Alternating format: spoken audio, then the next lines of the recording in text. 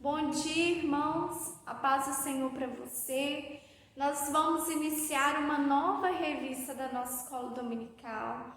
O tema da revista é Sermão do Monte, a singularidade de Cristo e dos seus princípios.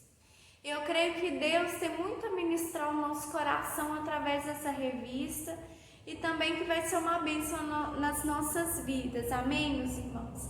E antes de nós iniciarmos a nossa lição de hoje, eu convido a você aí na sua casa, que você curva a sua cabeça nesse momento, que nós possamos orar juntos, para que Deus fale ao nosso coração, para que Ele seja o professor por excelência, porque nós somos ensinados pelo Espírito Santo, amém? Feche os seus olhos. Senhor Jesus, nós agradecemos ao Senhor por esse dia, agradecemos ao Senhor porque o Senhor é bom. Nesse momento, meu Pai, eu peço ao Senhor, fale ao nosso coração. Nós precisamos ouvir a Tua voz, que seja o Senhor a nos ensinar. Nós declaramos que dependemos de Ti. Senhor, em nome de Jesus, coloque em nós um coração sensível, Senhor, sensível ao Teu toque, e que nós possamos, ó Pai, estar como uma terra fértil, que essa palavra possa cair no nosso coração e possa germinar, Pai. Oramos em nome de Jesus, amém. Amém, meus irmãos? E o tema da lição de hoje é Sermão do Monte, é a lição número 1. E o nosso texto áureo, ele está em Mateus, no capítulo 5, versículo 11, que diz: Bem-aventurados sois vós, quando vos injuriarem e perseguirem, e mentindo disserem todo mal contra vós por minha causa. Em outras traduções, bem-aventurado vem como feliz. Então, feliz nós somos quando somos injuriados, quando nós somos perseguidos por causa de Cristo. Essa realidade aqui pode parecer uma loucura aos olhos dos homens, pode parecer uma loucura aos olhos dos nossos amigos. Como uma pessoa pode ser feliz quando ela é perseguida? Mas não é perseguida por qualquer causa, é por amor a Cristo. E nós somos, quando nós pegamos o significado da palavra bem-aventurado, nós entendemos que o significado vai além de ser feliz nessa terra. São bem-aventuranças espirituais, celestiais. Olha o que diz, bem-aventurado no dicionário: aquele que desfruta nesta vida ou após a morte terrena das bem-aventuranças divinas. Quem usufrui de um estado de santidade e graça espiritual. Então, sobre as bem-aventuranças que nós vamos estudar nessa revista, e a cada domingo nós vamos estudar uma bem-aventurança, e vai ser uma bênção, meu irmão. E eu já desafio a você que está assistindo esse vídeo, que é da Igreja Evangélica Congregacional do Largo do Tanque, ou que é um estudioso da Palavra do Senhor, que possa prosseguir aqui em conhecer Jesus conosco através dessa revista. E vamos então iniciar a nossa lição. O texto bíblico básico está em Mateus 5, nós vamos ler o versículo 1 e 2 e depois o 17 ao 20. Está assim: Jesus, vendo a multidão, subiu a um monte, e assentando-se aproximaram-se dele os seus discípulos, e abrindo a boca os ensinava dizendo: Não podeis de vir destruir a lei ou os profetas, não vim abrogar, mas cumprir. Porque em verdade vos digo que até que o céu e a terra passem, nem um jota ou um tio se omitirá da lei, sem que tudo seja cumprido. Qualquer, pois, que violar estes menores mandamentos e assim ensinar aos homens será chamado menor no reino dos céus. Aquele, porém, que os cumprir e ensinar será chamado grande no reino dos céus. Porque vos digo que se a vossa justiça não exceder a dos escribas e fariseus, de modo nenhum entrarei no reino dos céus. Amém, meus irmãos? Quando nós estudamos aqui, o Sermão do Monte, ou também o Monte das Bem-aventuranças, onde Jesus ministrou esse sermão aqui, esse sermão ele é considerado um dos sermões mais bonitos já ministrados, claro, porque ele foi falado pelo Mestre Jesus. E nós vemos aqui que essa passagem de Mateus 5, ele tem muitos ensinamentos profundos, tanto naquela época para aquele povo, mas ainda para nós, como seguidores de Cristo, como igreja. E por que esse sermão ele é tão profundo? Por que então, Maria Paula, que ele é tão importante na Bíblia assim, a ponto de ser considerado o sermão, o maior sermão já pregado na história? E ele é tão importante, meu irmão, porque nesse sermão Jesus ele resume a sua teologia, Jesus ele mostra a sua doutrina, Jesus mostra a sua essência, Jesus ali ele mostra para os seus seguidores como eles deveriam agir e o que Deus esperava daquelas pessoas, dos seus seguidores. Interessante aqui a gente vê, o primeiro é um fato geográfico, que o quê? Esse monte que Jesus estava, ele estava situado às margens do Mar da Galileia e era um lugar bonito, era um lugar muito bonito. Outro detalhe é que quando Jesus ali estava ministrando esse sermão, Jesus ainda não estava com os 12 discípulos. Ele havia convocado apenas 4 dos discípulos e só alguns dias depois Jesus iria convocar o restante, os 8 restantes. E Jesus ali começa a ensinar para os seus discípulos, para os seus seguidores, como deveria ser a vida deles, o que Deus esperava deles. Jesus estava ali ensinando as suas ideias fundamentais. E agora nós vamos falar sobre a ética do reino de Deus. Volte aí e abra sua Bíblia em Mateus, no capítulo 5, no versículo 17. Diz assim: não cuideis que vim destruir a lei ou os profetas. Não vim abrogar, mas cumprir. Então, muitos ali, eu posso imaginar, quando Jesus nasce, quando Jesus surge no meio da multidão, muitos acharam que Jesus seria um revolucionário, ou que Jesus estava trazendo novas ideias nunca vistas.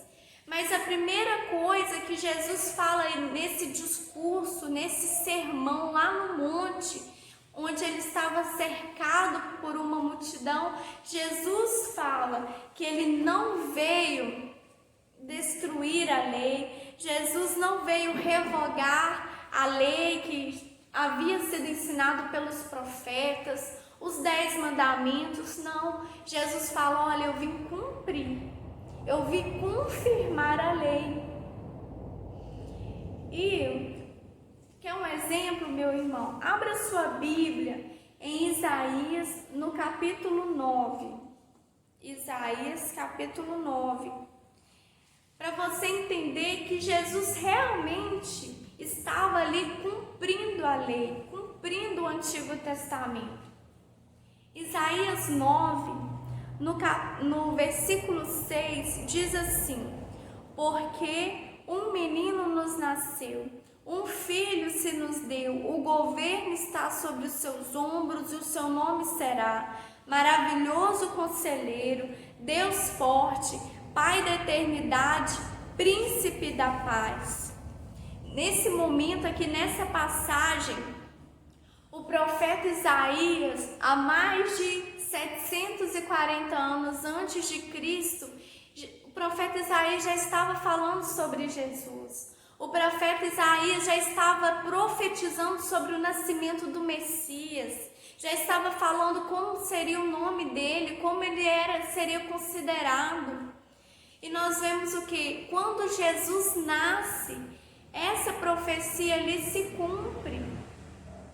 Também em Isaías 53, capítulo 53, no versículo 5, Isaías, o profeta Isaías, há tantos e tantos anos antes de Jesus, já profetizou, já tinha profetizado sobre a morte de Jesus na cruz, como seria.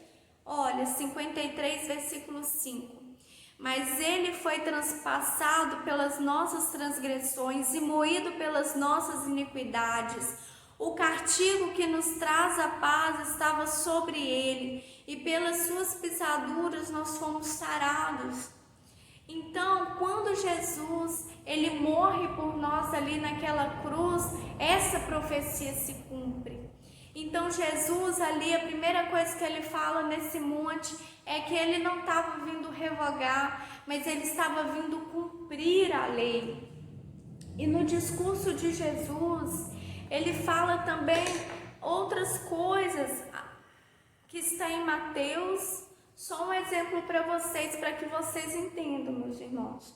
Em Mateus, no capítulo 5, no versículo 27, diz assim, Jesus falando: ouviste que foi dito, não adulterarás.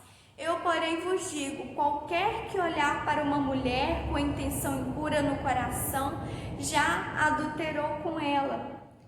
Em outras palavras, Jesus está dizendo, olha, no Antigo Testamento, nos 10 mandamentos, está escrito, não adulterarás. Mas Jesus fala, só de você olhar, você já vai estar pecando. Então, Jesus veio mais uma vez para confirmar a lei e para cumprir tudo aquilo que já tinha falado a respeito de Jesus. Amém, meus irmãos? E você pode estar pensando, mas qual que era o propósito ali de Jesus ensinar aquela multidão? Por que Jesus fez esse sermão tão eloquente lá no Sermão do Monte, né? O Monte das Bem-aventuranças? É porque, olha, o Senhor Jesus, ele buscava fazer com que Israel vencesse a superficialidade espiritual em que se encontrava. Não mais se praticava entre os judeus um culto motivado pelo desejo de adorar sinceramente a Deus. O judaísmo havia se tornado uma liturgia baseada em tradições e repetições. A moralidade era apenas aparente. A piedade se mostrava apenas nos discursos e a humildade se destacava como motivo de orgulho. Então, aquelas pessoas ali, elas não buscavam, não estavam servindo a Deus genuinamente, mas elas estavam apegadas o quê? A tradições, a repetições. E até hoje, queridos, se nós não tomarmos cuidado, nós também somos levados a viver uma vida de tradição e de repetição. Quando nós vamos à igreja porque nós temos um costume, nós estamos nos apegando a tradições. Nós temos então o quê? Que buscar a Deus de forma genuína. E era isso que Jesus queria despertar naquele povo. Que brotasse do coração deles algo verdadeiro para Deus. E o que Deus deseja de nós é o que está lá em Romanos 12, que fala: apresentai-vos a Deus como um sacrifício vivo, santo e agradável a Deus, que é o vosso culto racional. Deus deseja de nós uma adoração que seja racional, um culto racional, um louvor entoado a Deus com entendimento, e não apenas por uma obrigação ou por um costume, mas que seja algo genuíno, verdadeiro. E era isso que Jesus estava despertando naquelas pessoas. Olha, os verdadeiros cristãos obedecem aos mandamentos porque amam a Deus. Os legalistas, que é aquelas pessoas apegadas à lei, né, às leis de Moisés, ao Antigo Testamento, os legalistas legalistas dizem obedecer às leis, e quando fazem é para promoção pessoal, por desejo de suplantar os irmãos, hipocrisia ou medo. Então, eles obedecem não para agradar ou porque amam a Deus, mas para a sua própria vaidade. E isso Deus não agrada e não aceita de nós. E isso é até um alerta para nós como igreja do Senhor. A busca pelo padrão ético é fruto de comprometimento do homem com Deus. Então, se nós queremos agradar a Deus com a nossa vida, nós devemos fazer para Ele de coração. Nós devemos entregar a Deus algo que seja verdadeiro e não por um costume, porque Deus conhece o nosso coração e a motivação dele. E por fim, queridos, o que Jesus, espera de nós como a sua igreja? O que Jesus esperava ali daqueles novos discípulos que estavam começando a caminhar com Jesus? É o que está no versículo 14 do versículo 13 do capítulo 5, que diz: Vós sois o sal da terra. Ora, se o sal vier a ser insípido, como lhe restaurará o sabor? Para nada mais presta senão para lançado fora, ser pisado pelos homens. Vós sois a luz do mundo, não se pode esconder a cidade edificada sobre o monte. Então, o que Deus espera de nós como igreja é que nós sejamos a diferença, que nós sejamos o sal, aquele sal que tempera a vida das pessoas que estão à nossa volta. Jesus espera que nós sejamos a luz, que nós possamos ser a diferença aonde nós formos. Amém, meus irmãos? Então vamos orar, agradecendo a Deus por essa lição, e na semana que vem é que nós vamos entrar nas bem-aventuranças e nós temos muito para aprender. Vamos orar agradecendo a Deus. Pai querido, Pai amado, Senhor, nós agradecemos ao Senhor por essa lição. Pai, obrigada porque o Senhor enviou Jesus aqui nessa terra para confirmar a lei, para cumprir tudo aquilo que já havia sido profetizado, e nós louvamos o nome do Senhor. Pai, que o Senhor possa fazer de nós verdadeiros discípulos do Senhor, nos ensina a te servir, ó Pai, de todo o nosso coração. Senhor, que nós possamos agradar ao Senhor com a nossa vida, e que aonde nós formos, ó Deus, que nós possamos ser sal, que nós possamos ser luz. Oramos ao Senhor e te agradecemos, em nome de Jesus, amém. Até semana que vem, meu irmão.